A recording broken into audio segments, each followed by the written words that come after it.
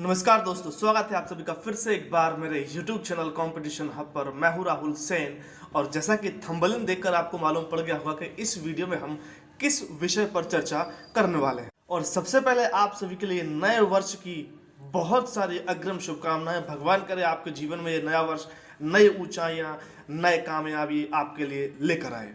जैसा कि आप सभी को पता है और आप सभी लोग बेसब्री से इंतजार कर रहे हैं 5 जनवरी 2023 का, जिस डेट से ग्रुप सेकंड और सब ग्रुप फोर्थ के एग्जामिनेशन फॉर्म फिल होना स्टार्ट होने वाले हैं। लेकिन इसमें आपको पता होगा कि बहुत सारी वैकेंसी निकल कर आई है। करीब यदि बात करें तो 161, 175 या फिर बात करें आपका 200 के आसपास टोटल कुल पदों पर जो है वो वैकेंसी निकल कर आई है। और इन पदों में फिर नंबर की संख्या बहुत अधिक हो। टोटल यदि बात करें तो कुल पद निकल कर आए हैं आपके 9000 से अधिक। लेकिन इसमें रिक्त पद जो हैं पोस्ट के हिसाब से वो 200 के आसपास निकल कर आए हैं। इतने इतने पदों पर चयन होना है, लेकिन पदों की संख्या जो है वो 9000 के आसपास आपको सभी को पता है। तो इस वीडियो में वही सारी चर्चा आपसे करने वाला हूं। आयु क्या रहेगी आपकी, वेतन क्या रहेगा आपका, आरक्षण क्या रहेगा आपका, लास्ट ईयर का कट ऑफ जो है वो कितना रहा था, और सबसे जरूरी चीज एक ये कि कौन से पद ऐसे हैं जहां पर केवल जिन्होंने स्नातक किया है, मींस केवल जिनने ग्रेजुएट किया है, वो कौन कौन से पदों पर अप्लाई कर सकते हैं। तो वो भी इस वीडियो बनाने वाला हूं मैं आपको। करीब 1000 से अधिक पद ऐसे हैं कि केवल यदि आप स्नातक की उपाधि रखते हैं तो आप उन पदों के लिए अप्लाई कर सकते हैं। रिक्वेस्ट ये रहेगी कि वीडियो को लास्ट तक देखेंगे तो सटीक इन्फॉर्मेशन सही तरीके से आपको मिल पाए। और यदि आप चैनल पर फर्स्ट टाइम पे विजिट कर रहे हैं तो चैनल को सब्सक्राइब करना, बेल आइकन नोटिफिकेशन प्रेस करना, लाइक करना और अपने फ्रेंडों के साथ शेयर करना मत भूलिए। चलिए शुरू करते हैं।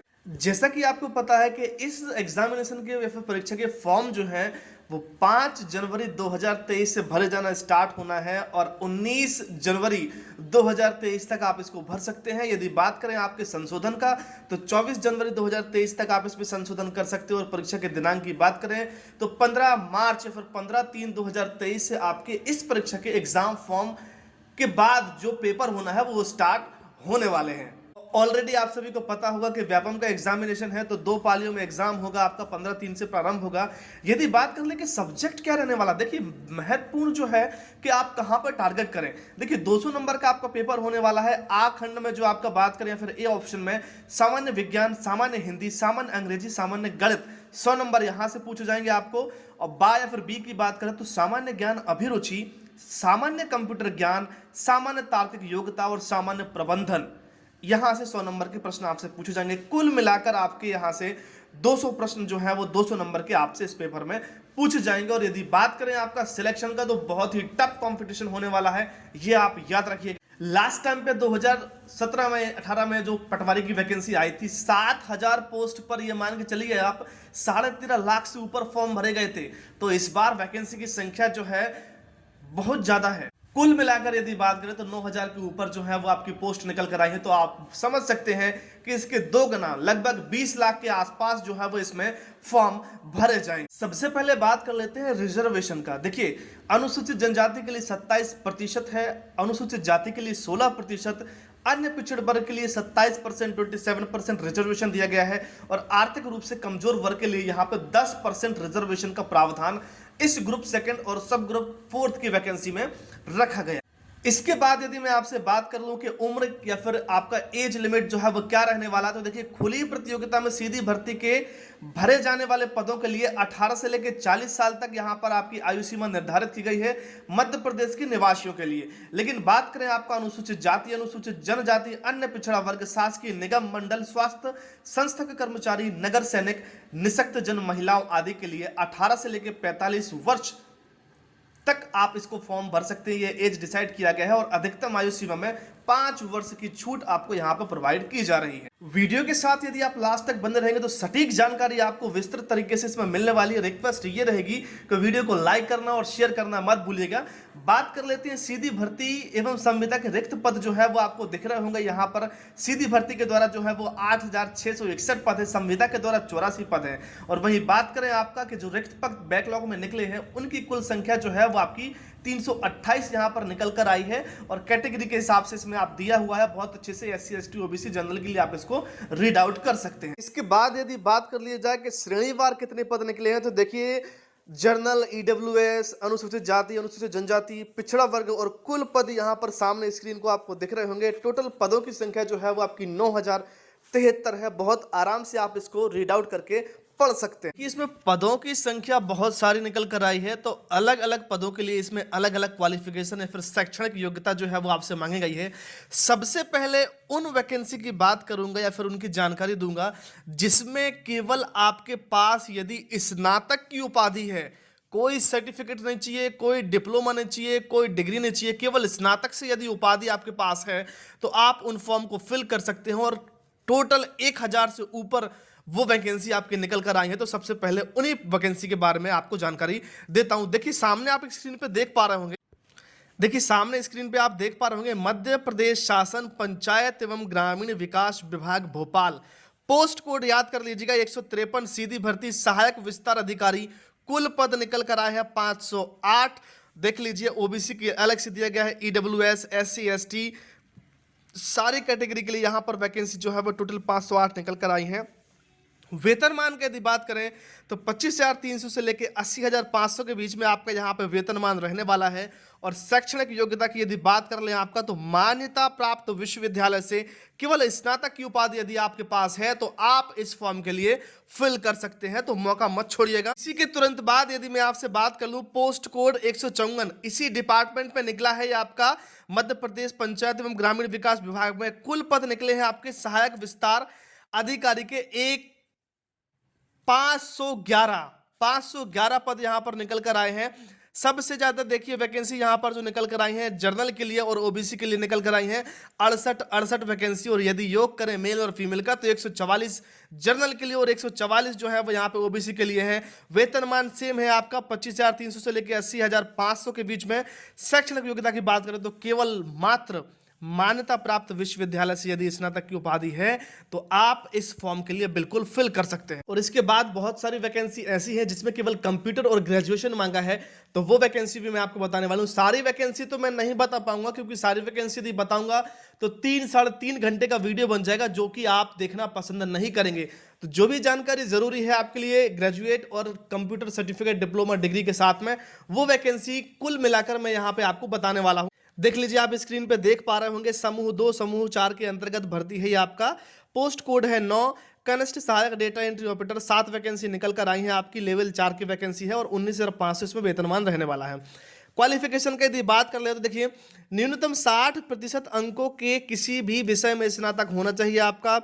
शासन से मान्यता प्राप्त किसी भी संस्था से आपके पास 1 वर्ष का कंप्यूटर डिप्लोमा होना चाहिए। यूजीसी के द्वारा यदि डिप्लोमा है तो वो भी चल जाएगा आपका। मुक्त विश्वविद्यालय से है तो वो भी चल जाएगा आपका। नीलिट का भी चल जाएगा आपका। एनसीवीटी एससीवीटी का भी आपका यहाँ पर चल जाएगा। मतलब कंप्यूटर का डिप्लोमा ग्रेजुएशन होना कंपलसरी है। इसके बाद यदि कुछ और क्वालिफिकेशन है आपका, देखिए दिया हुआ है बिंदी क्रमांक 2 में वर्णित अहिता के अतिरिक्त निम्न अर्हता भी मान्य होगी। मीन्स बीई सीएस से आपने किया है, आईटी से किया है आपका, बहुत सारी इसमें दी गई है। बीसीए दिया है, एमएससी दिया है आपका, आईटी दिया है, सीएस से किया है आपने, बीएससी यदि आईटी सीएस से किया है, बहुत सारे और इसमें आपके शैक्षणिक योग्यता दिए गए हैं जो कंप्यूटर बेस्ड हैं। इनको भी यदि आप अपने पास उम्मीदवारी रखते हैं तो आप इसके लिए अप्लाई कर सकते। पोस्ट कोड 24 का यदि बात कर लें तो आप देखिए सांख्यिकी अन्वेषण, इसमें भी वैकेंसी निकल कर आई है आपकी 62। वेतनमान जो है वो 28,700 से लेकर 91,300 के बीच में है। शैक्षणिक योग्यता मांगा गया है आपसे मान्यता प्राप्त विश्वविद्यालय से किसी एक विषय में स्नातक उपाधि तथा सांख्यिकी अनिवार्य विषय के रूप में होना चाहिए, ठीक है। और मान्यता प्राप्त विश्वविद्यालय से कंप्यूटर एप्लीकेशन में कम से कम डिप्लोमा उत्तीर्ण आपके लिए होना चाहिए इस वैकेंसी को फिल करने। पोस्ट कोड 25 की यदि बात करें तो 25 में भी आपकी पोस्ट जो है वो 26 निकल कर आई है। सेम क्वालिफिकेशन मांगा गया है आपका और वेतनमान जो है वो 28,700 से लेकर 91,300 के बीच में आपका रहने वाला है। यदि बात करें पोस्ट कोड 26 का तो डेटा एंट्री की पोस्ट है आपकी, एक पोस्ट निकल कर आई है। स्नातक की उपाधि होना चाहिए, कंप्यूटर का डिप्लोमा होना चाहिए, सीपीसीटी स्कोर कार्ड होना चाहिए। वेतनमान जो है वो 25,300 से लेकर 80,500 के बीच में आपका रहने वाला। इसके बाद बात कर ली जाए आपकी, देखिए पोस्ट कोड 33 की आंकड़ा विश्लेषण की पोस्ट निकली है। कुल वैकेंसी निकल कर आई है 9 आपकी। वेतनमान इसका 14,000 है। शैक्षणिक योग्यता की यदि बात करें तो विश्वविद्यालय से कंप्यूटर या फिर बीसीए में स्नातक होना चाहिए आपका। मान्यता विश्वविद्यालय से आपका आंकड़ा विश्लेषण में कार्य अनुभव होना चाहिए और सामान्य प्रशासन विभाग के निर्देशानुसार CPTC का सर्टिफिकेट आपके पास यहाँ पे होना चाहिए। इसके बाद यदि आपसे बात कर लूँ मैं पोस्ट कोड 32 की, तो संविदा भर्ती है आपकी आंकड़ा विश्लेषण की। टोटल पोस्ट निकल कर आई है 16 और सेम क्वालिफिकेशन इसमें भी आपसे मांगा गया। इसके बाद आप देख पा रहे हो 34 जो है वो उसमें आप देख पा रहे हो कि वैकेंसी जो निकली है आपकी लेखाकार की 7 वैकेंसी है। उसके लिए क्वालिफिकेशन क्या मांगा गया है आप उसमें पढ़ सकते हैं बहुत आराम से। उसके बाद बात कर लें 120 पोस्ट कोड का, तो देखिए कनिष्ठ विपणन पर्यवेक्षक या फिर कनिष्ठ विपणन संगठक की 8 पोस्ट निकली हैं। वेतनमान 28,700 से लेकर 91,300 के बीच में है, 91,300 के बीच में है, माफ कीजिएगा। शैक्षणिक योग्यता जो है वो किसी भी मान्यता प्राप्त विश्वविद्यालय से स्नातक की उपाधि आपके पास इसमें होना चाहिए। यदि बात कर ले पोस्ट कोड 128 का, तो वितरण लिपिक डिस्पैचर कुल वैकेंसी निकली है 22,000 से लेके आपका 70,000 के बीच में आपका यहाँ पर वेतनमान रहने वाला है लेवल 5 पे। और यदि बात कर लें आपका किसी मान्यता प्राप्त विश्वविद्यालय से कंप्यूटर विषय में स्नातक या फिर डिप्लोमा आपके पास होना चाहिए इसको फिल करने के लिए। इसके बाद यदि मैं आपसे बात कर लूँ नेक्स्ट पोस्ट कोड का, तो है 132 डेटा एंट्री ऑपरेटर की 4 पोस्ट जो है वो निकल कर आई हैं यहाँ पर आपकी। देख लीजिए, एक EWS की है, एक SC की है, एक ST की है आपकी, और आपका एक जो है वो आपका OBC फीमेल के लिए निकल कर आया है। वेतनमान यदि बात करें तो 18,511 है।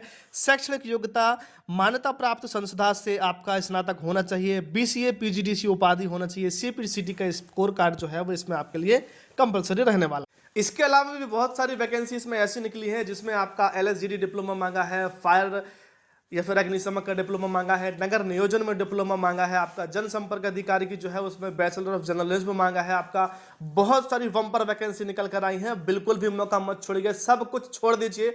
2023 में ये सुनहरा मौका आपको नहीं मिलने वाला है, बस केवल 2 महीने आपको आपकी जिंदगी संवार देगा।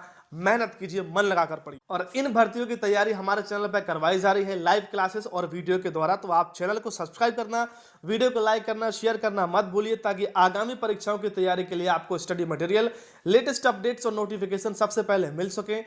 वीडियो देखने के लिए, आपका बहुमूल्य समय देने के लिए आप सभी के लिए तहे दिल से बहुत बहुत धन्यवाद। खुश रहें, मुस्कुराते रहें, अपना ख्याल रखें। जय हिंद, जय भारत।